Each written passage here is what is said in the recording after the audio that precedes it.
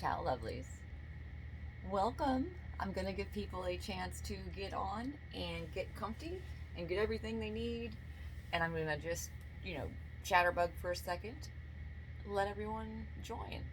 How are we doing? How was your week? How is your weekend so far? It is Saturday.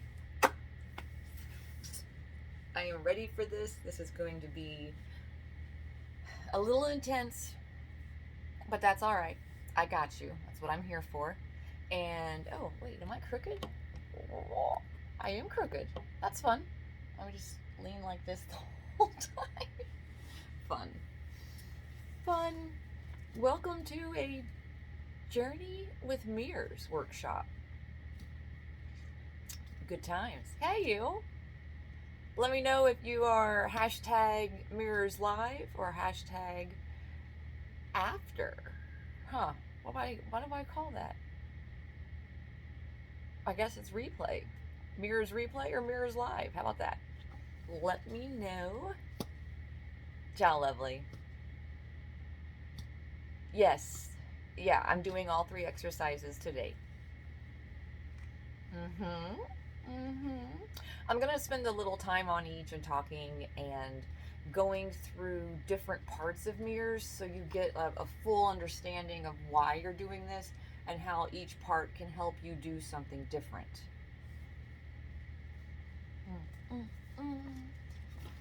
Comments are my love language, so be sure to leave something below. Yeah. I am excited. Oh, that's fun. I found a new hack. Yes, I found a new hack for that. Oddly enough, I was thinking of a way to get my RV clean without me having to spend hours getting it done. And I started getting on YouTube, looked up a few things, and found the easiest way to clean it I've ever done. It took me no time at all to get the thing. It took me like 2 hours to get the whole RV, all the sides, and the roof done. Oh, 1 part pool shock, 3 parts water, and then a good like squish of dish Dawn soap. That's it.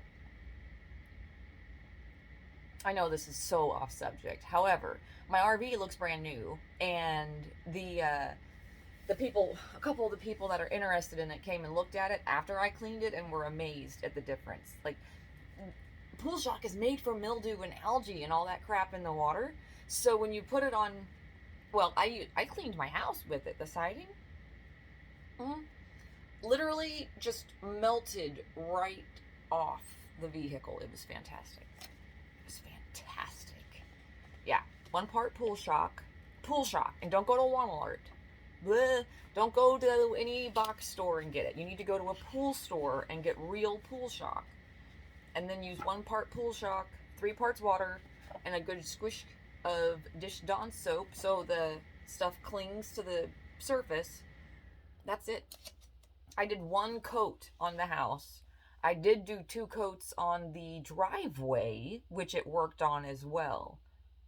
I did the gutters, the fascia, the trim, the garage door, all the electrical boxes on the house. Like, I'm not going to get into it fully right now because this is not what we're talking about. But yeah, I did a whole bunch. It was great. If you're interested, hit me up later. We'll chat.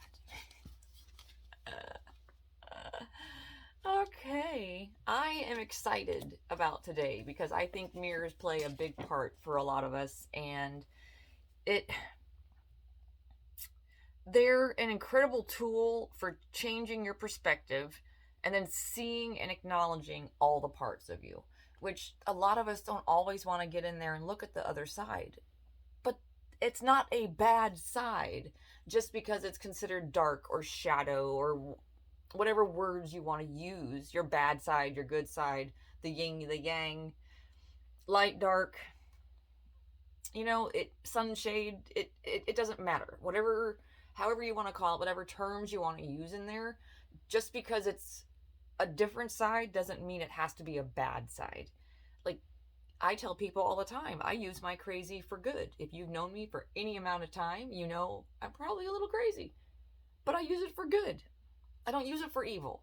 So I take my other side and I utilize it. I don't just hide it. That's not what we're doing. That is not what we're doing. Oh, if you don't know me, I'm Reverend Sky. I have a program that I call the Journey Project that helps people rock their skin suit, and I give them a new way of thinking, a new perspective, and give people the tools to move forward through life and truly enjoy the journey, not just survive it. That's horrible to me, and I've learned some stuff, so I'd like to share. Let's do this. uh, all right. I think we should probably start. I've given people enough time, I believe. Let me know in the comments if you're excited about today, if you're nervous about today, if you're hopeful. Let me know. Write it in the comments. They are my love language. I have notes.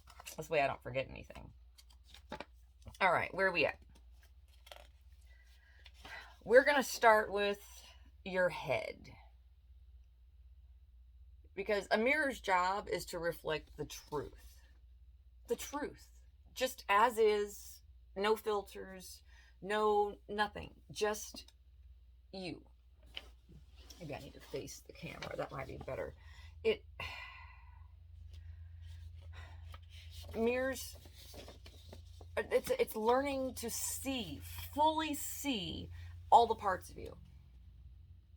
And that's not always easy. So we're going to do it slowly. We're going to do it a piece at a time, and it's going to be okay. I promise. I know I've been through this myself, so we're just gonna do it. What you say to yourself matters. It matters a lot. You manifest things with your words and your thoughts, and it takes a positive affirmation to undo a negative one. So if you say one bad thing about yourself, you're going to have to come back and say 10, 20, 30, 40, 50 nice things to take that one out of the game. It takes practice, for sure, but it can be done. And I say these things out loud for you because you need to hear it. It may take 10 times. It may take 50 times. That's the idea of a practice, is that you get used to doing it so it becomes more normal. That's why you have tools. That's why you have things that you can do.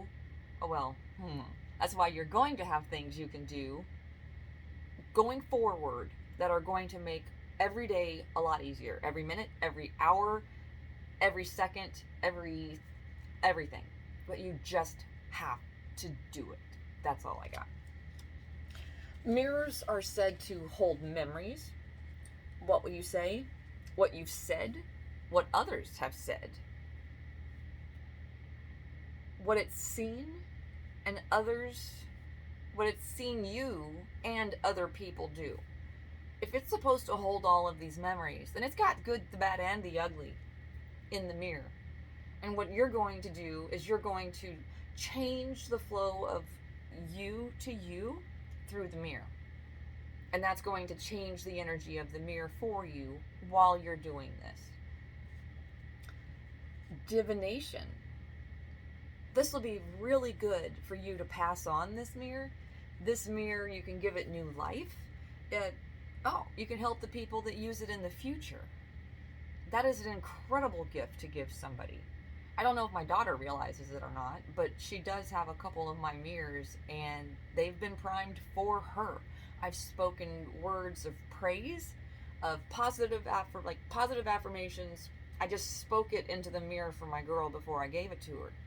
I gave her one for Christmas as well. I don't know if she's noticed, but it's there. By reading into or talking out loud to your mirror, it enhances your intention and lets the whole world know what you're intending. Your intent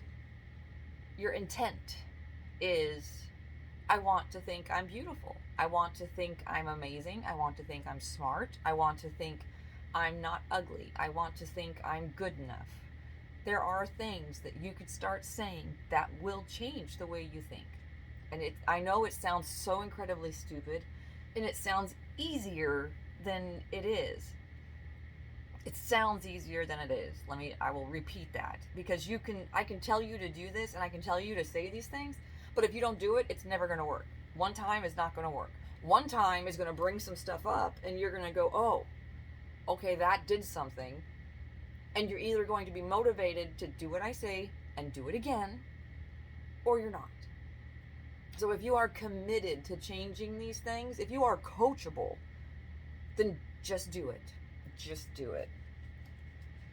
And if possible, a suggestion from me would be to use one mirror. Use only one mirror while you're doing these exercises. If you want to go through and get all the mirrors after you've gotten good at it, fantastic. But right now, let's have one mirror that you're familiar with, that gets familiar with you, and you can slowly start changing both of you in this process.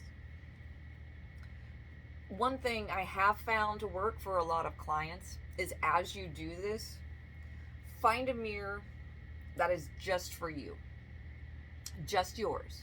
It doesn't have to, like, I have a couple that I have one outside and I have one inside the house, and I don't use them to get dressed in. I don't use them to do my hair. I don't use them for anything other than this type of session, because these are my mirrors and these are the ones that I hold dear to me. I can show you. It's just a mirror. There's no frame on it, nothing. It's just a mirror. It doesn't have to be fantastic. You can decorate yours if you like. That is absolutely not a problem. But use this mirror. The one you use first may not be long term. Once you get into this, you may go out and go flea market shopping or somewhere, and you're going to find one that draws you in. The first one you use will probably not be your long term, just because it's going to have a lot of negative connotations. It's going to have gone through a lot with you, and one way to help break the pattern is to use the mirror to get it all out, and then break the mirror. Now, you can create a ceremony out of breaking this mirror. It can be a fire ceremony. It can be any sort of ritual, or just make it special. Say it out loud. I am breaking this mirror and I am breaking the cycle, and that's all you really need is what you want to do with this mirror, and you're saying it out loud and sharing with the group, or by yourself and a friend, or just you in the moonlight, because that's usually what I'm doing. Saying it out loud, speaking it, brings it to life. And that, my friend, is good enough. You don't need all the fancy woo-woo wah-wah. You don't need any terms. You don't need to do anything other than to say, as I break this mirror, I am breaking the negative patterns and I am starting fresh. That's all you have to say. Do not try to make this any harder than it is, because even though it is a simple thing, it is super, super deep. Now, once you've gotten all the bad stuff and you've broken the mirror, hopefully you've found one that works for you, that you like, that you've decorated or done whatever you want to, and that one becomes yours. What else we got? Oh yeah, this is not something you have to do, but it is a strong suggestion if you think you may struggle with this at first. Just because going out and buying that new mirror will have meant that you made just a little bit of a turn, and you're coming into it now. You're not hiding the mirror. You're not running from the mirror. You're not looking at yourself. You're actually going to embrace it, because that's you looking back. That's you. No matter what you've done to your body, no matter what's happened to your body, no matter what has occurred in your life, no matter what, none of it matters anymore. Today is today. Today you accept yourself as is, 100%, whatever faults, all of it. You don't have to like it. You don't have to like your body to love your body. You get that, right? It's just like another human being. Your partner, your kids, your parents, your siblings, your friends, your coworkers, everybody is going to piss you off at one point or another. You don't stop loving them for it. My My cellulite is one of my least favorite things on my body, but it doesn't stop me from loving my body. You got to think about it. You got to put two perspectives in there. Yeah, you may not like what you look like right now, but that doesn't mean there aren't things that you can do to be different. And I don't necessarily mean going on a diet and trying to get skinny or gaining weight to get the proper size like I have to. I mean, as is, today, whatever. You love your body as it is. And if there's anything you can do to change stuff, then do it. And if there's not, accept that. That's it. You got two choices. You accept it or you don't. And if you don't, you're going to continue to be miserable. And that's why I'm trying to do this, is because I went through the same crap. I didn't like parts of my body, so I didn't like my body. And then all of a sudden at 40, I was like, what the hell is wrong with me? I like my body. It's all right. And I don't want to hear that you're skinny. I don't want to hear that bullshit. I don't want to hear any of it. My size has nothing to do with how I feel. What I struggle with is my struggle. I'm too skinny. I have to try to gain weight. I get told all the time, well, do you have an eating disorder? You're too skinny. You should gain weight. Go eat a burger. So in my head, I went from anorexic to thinking I was too skinny, but not being able to gain weight because my metabolism's high, and I got lucky in that aspect. Yeah, so let's fight about some stuff. Like, you want to fight about our bodies? Let's fight about our bodies. But I'd really rather not. Really. Okay. Let's talk about sitting in front of the mirror for a second. So I'm going to pretend that you guys are my mirror for now. And when I say sit in front of the mirror, I mean I want you to see all of you. I want you to see top to bottom. That's what I want. And if you can't sit Indian style and you need to sit with your legs over here, that's fine. If you need to sit with your legs in front of you, I don't care. I don't care how you sit in front of the mirror. Whether it's on a chair. Well, okay, now don't sit in front of the mirror on a recliner and get lazy. But if you have a physical disability, use a chair. Use whatever you can do to see all of you in the mirror. That's it. The first exercise, you don't need to be that close. The second exercise, I'm going to have you touch the mirror. So, what did I sit on? I'm going to need you to be able, okay, where do I put my hand? Oh, okay, one hand is on your heart. One hand is on your heart, covering your heart. When you put your other hand up, it's going to cover your heart on the mirror. I can't do it. Right there. Bam, bam. Okay. But the first one is not that difficult. So just know, as long as you're close to the mirror, as long as you can see all of you, we're good. The most important words you are ever going to say to yourself are, I forgive you. Have you done that? Have you considered saying, I am sorry for being so hard on you, to your body? Have you said, I'm sorry I didn't eat right. I'm sorry I haven't taken better care of my skin.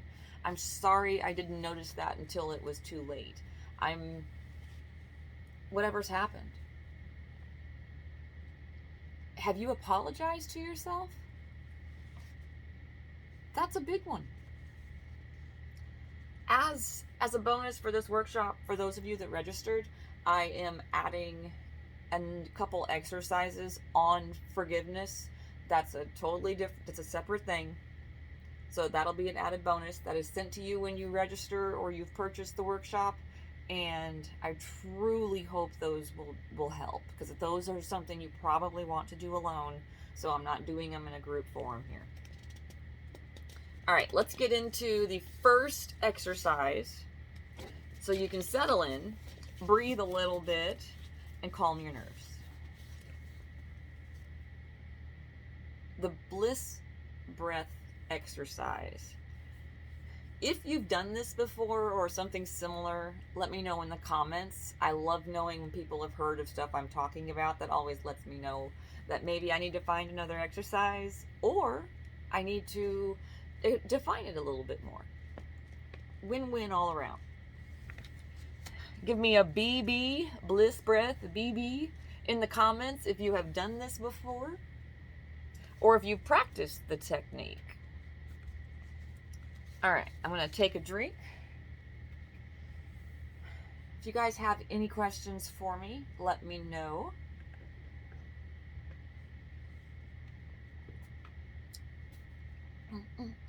Oh, good. We have a couple people that have done it. Nice. Been a while, but okay. Good deal. At least you've tried it. That is awesome. Oh, Carol, I'm glad. I'm glad. All right, guys. Now, the Bliss Breath breathing techniques are wildly known, have been used for thousands and thousands of years, and obviously did not start in America. So let's just basic history there. We're just gonna do the exercise because where it came from really doesn't matter as long as it works. That's my philosophy. The Bliss Breath exercise is a tantric exercise that people use to relieve anxiety. It is, you be able to get present into your body and get out of your head. It takes you out of here and puts you down a little lower. What we're going to do is we're going to breathe in for 5 seconds and then hold it for 5 seconds. And as you exhale, you're going to make a little bit of a whistling sound with your neck, with your throat. So it's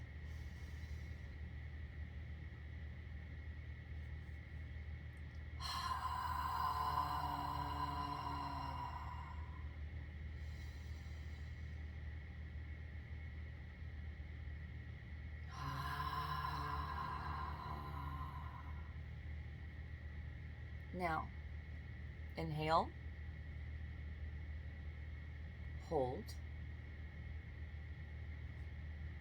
Every time you exhale,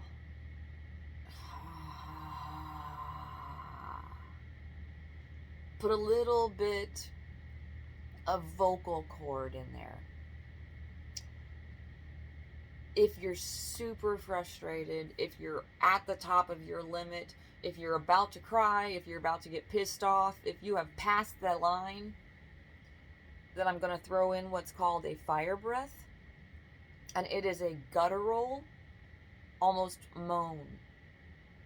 You will inhale, and as you exhale, it's ah. Inhale. Ah.